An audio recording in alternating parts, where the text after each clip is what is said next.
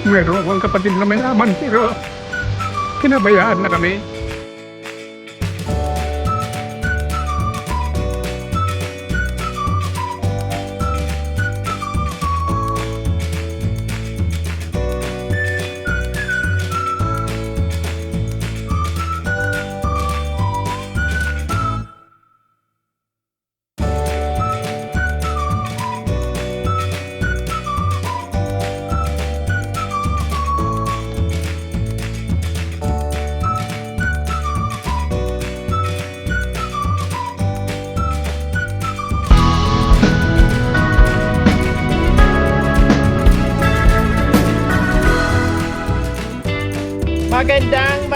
Magandang hapon po mga kabayan.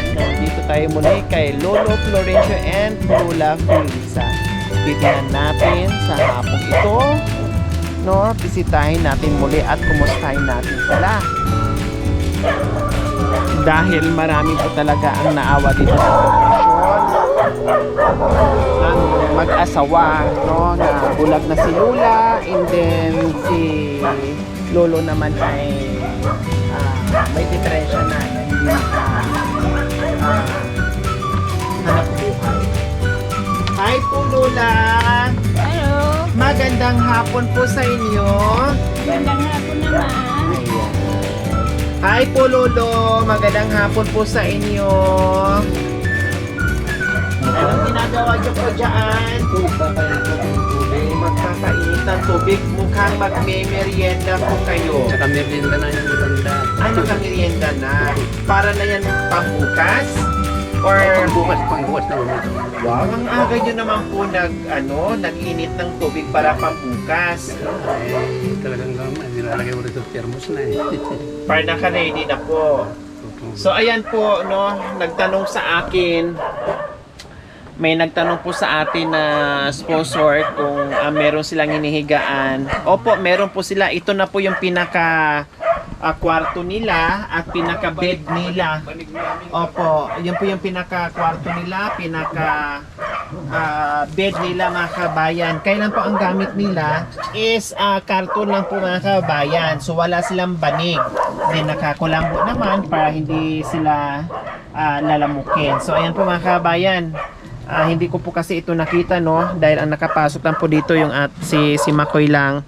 So sabi kasi ni Makoy merong ganito na kawayan na pinakapapag nila at pinakakwarto. Hindi po namin nakita kung may banig or wala. So ayan po, karton po pala yung kanilang ginagawang banig para meron silang mahigaan at syempre hindi malamig sa likod nila. So ayan po mga kabayan, nabalikan na po natin si Lola Felisa and Lolo Florencio. Kumusta po Lolo Florencio? Tulad pa ma'am.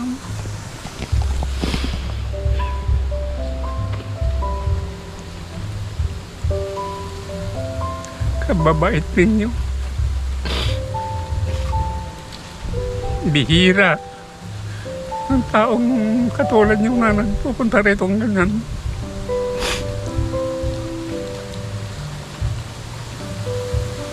Ito may istorya ko lang kasi ma'am.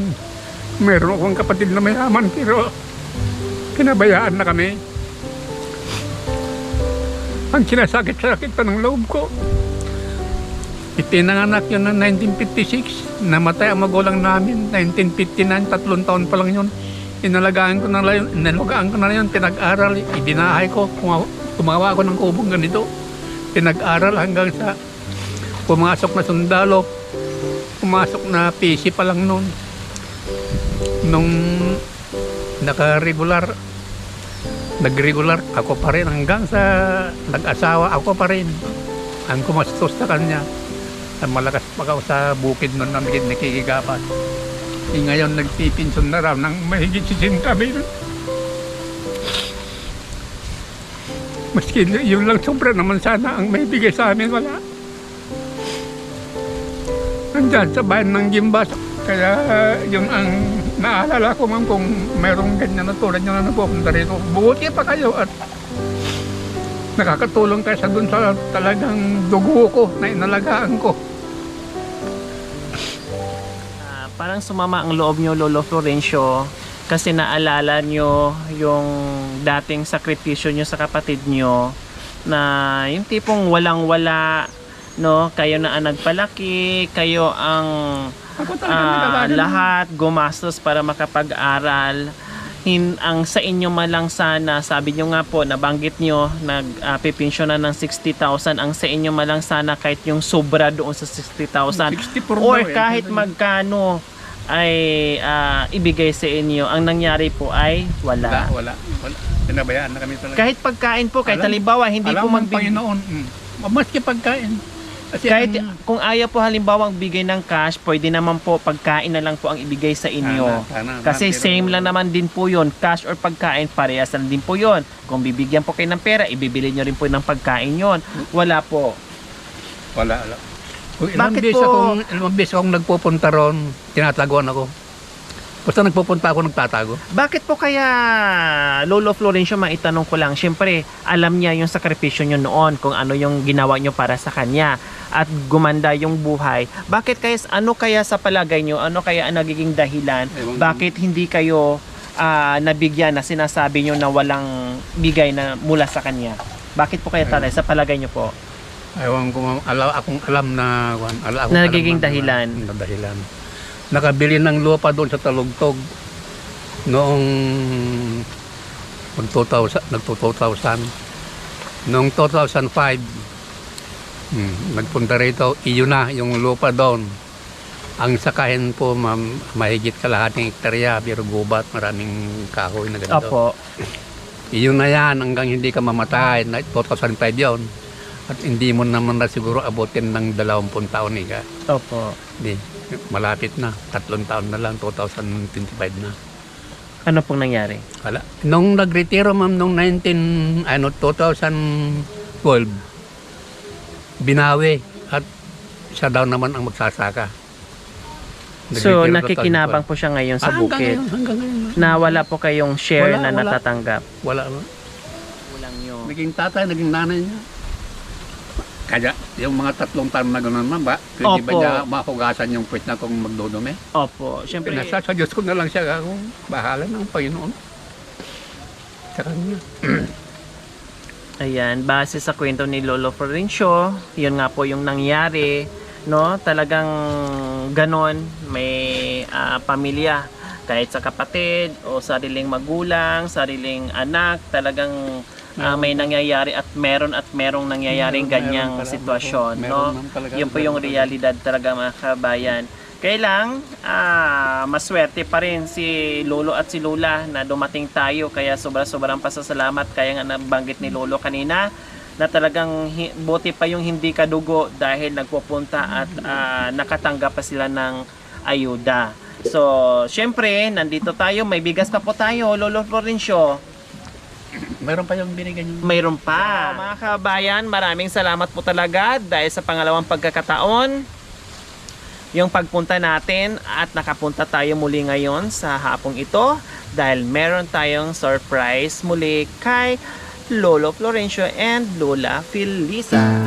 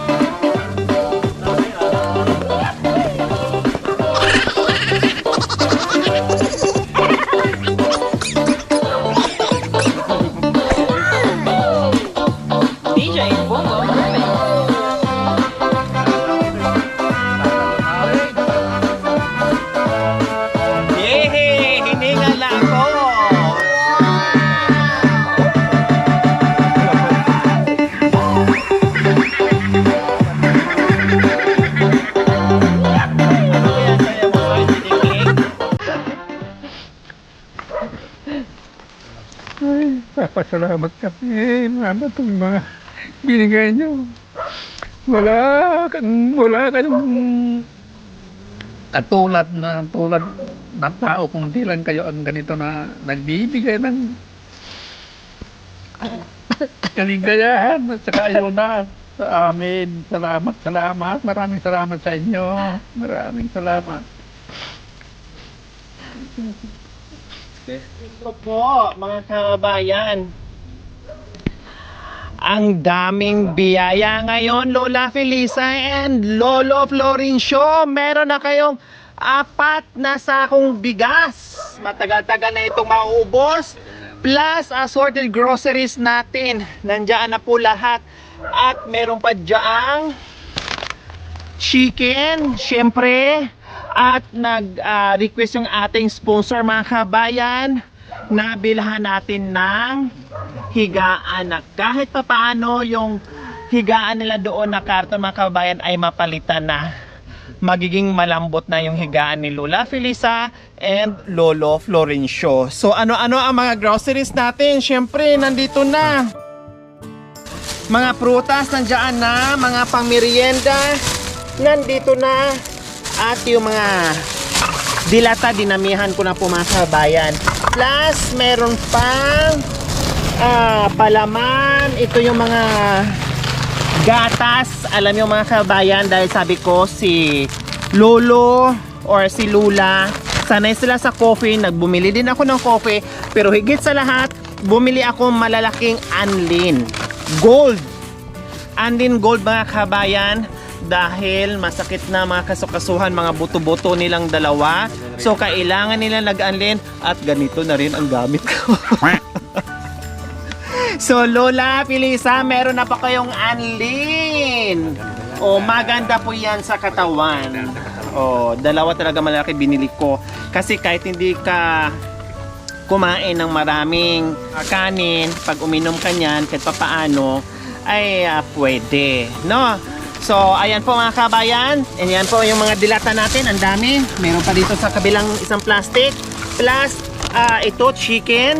Pang dinner lang mamaya. And then, yung, syempre, mga sabon natin, completo ricados na nandiyan, mga alcohol. At yung ating mga prutas. Ayun.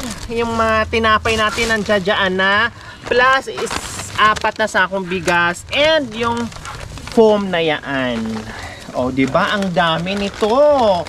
Mukhang magkakaroon na kayo ng sari-sari store.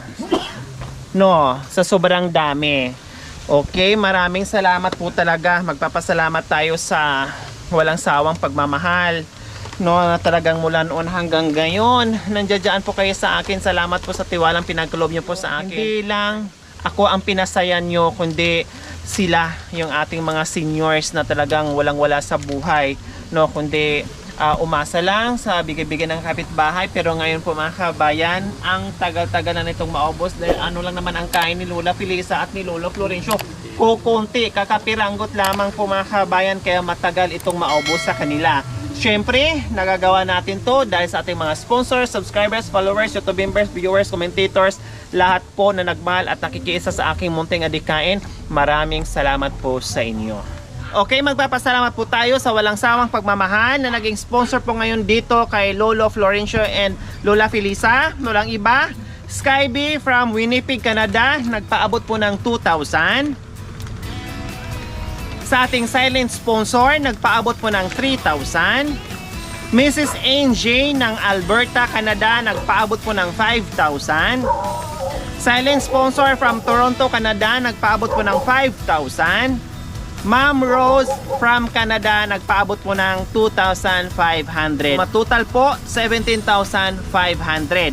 Ang request nila, ito po pinabili, dinamihan ko na ng groceries, dinamihan ko na ng bigas, binilhan ko ng chicken, foam, at may nasubrahan po ng 5,101.50. Ito po ay magiging cash nila para kahit papaano kung ano pang gusto lang bilhin, like isda o karne, no, na pwede nilang ulamin, na yung gusto nilang kainin ay maibibili nila. Kasi hindi ako bumili ng maraming ulam kasi sabi ko wala silang freezer, no? At kung bibili ako ng maraming isda ngayon na meron pang chicken, hindi pa lang maubos basta-basta yan, masisira lang, sayang. Kundi hawak na lang sila ng pera para pag gusto lang bumili ng presko, pupunta rin sila ng palengke or mag-uuto sila. So meron silang pera na nakatabi na pambili doon sa gusto pa nilang bilihin. 1,000, 2,000, Salamat. 3,000, 4,000, 5,000, Salamat. walang barya. So 5,120 na ang ibibigay po natin kay Lolo Florencio. Lolo Florencio, Diyos ko po, napakalaking biyaya po talaga na pinagkalob sa atin ng Panginoong Diyos kasama ang ating Maraming salamat. sponsor. Ano po ang mensahe niyo po sa mga biyayang natanggap natin ngayon na talagang sobra-sobra? Salamat, salamat. Salamat mga kababayan, mga kababayang sa ibang bansa. Salamat, salamat sa inyo. Sa itong mga binigyan yung ayuda sa amin na mag-asawa. Talagang hirap na po kami.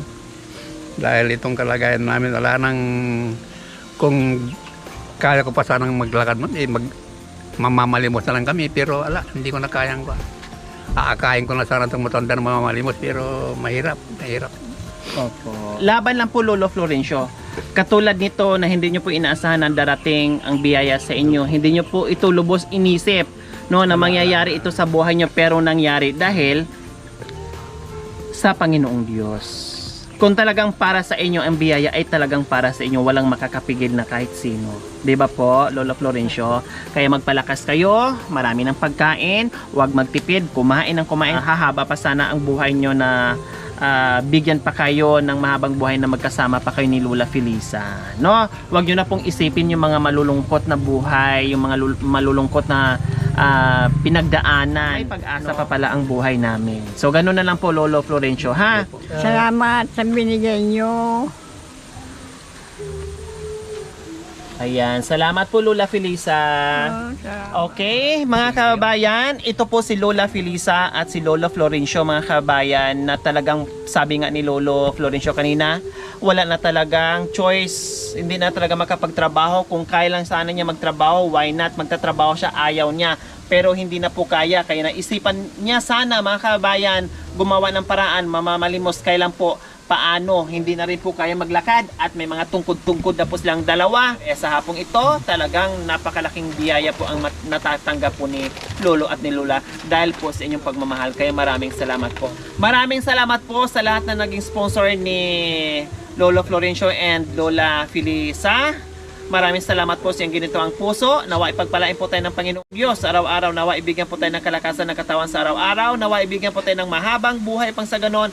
Marami pa tayong matulungan na kagaya nila. So mga kabayan, huwag niyo pong kalimutan, paki-share, subscribe sa aking YouTube channel, Lori Aquino Talita. Maraming salamat po. God bless us all.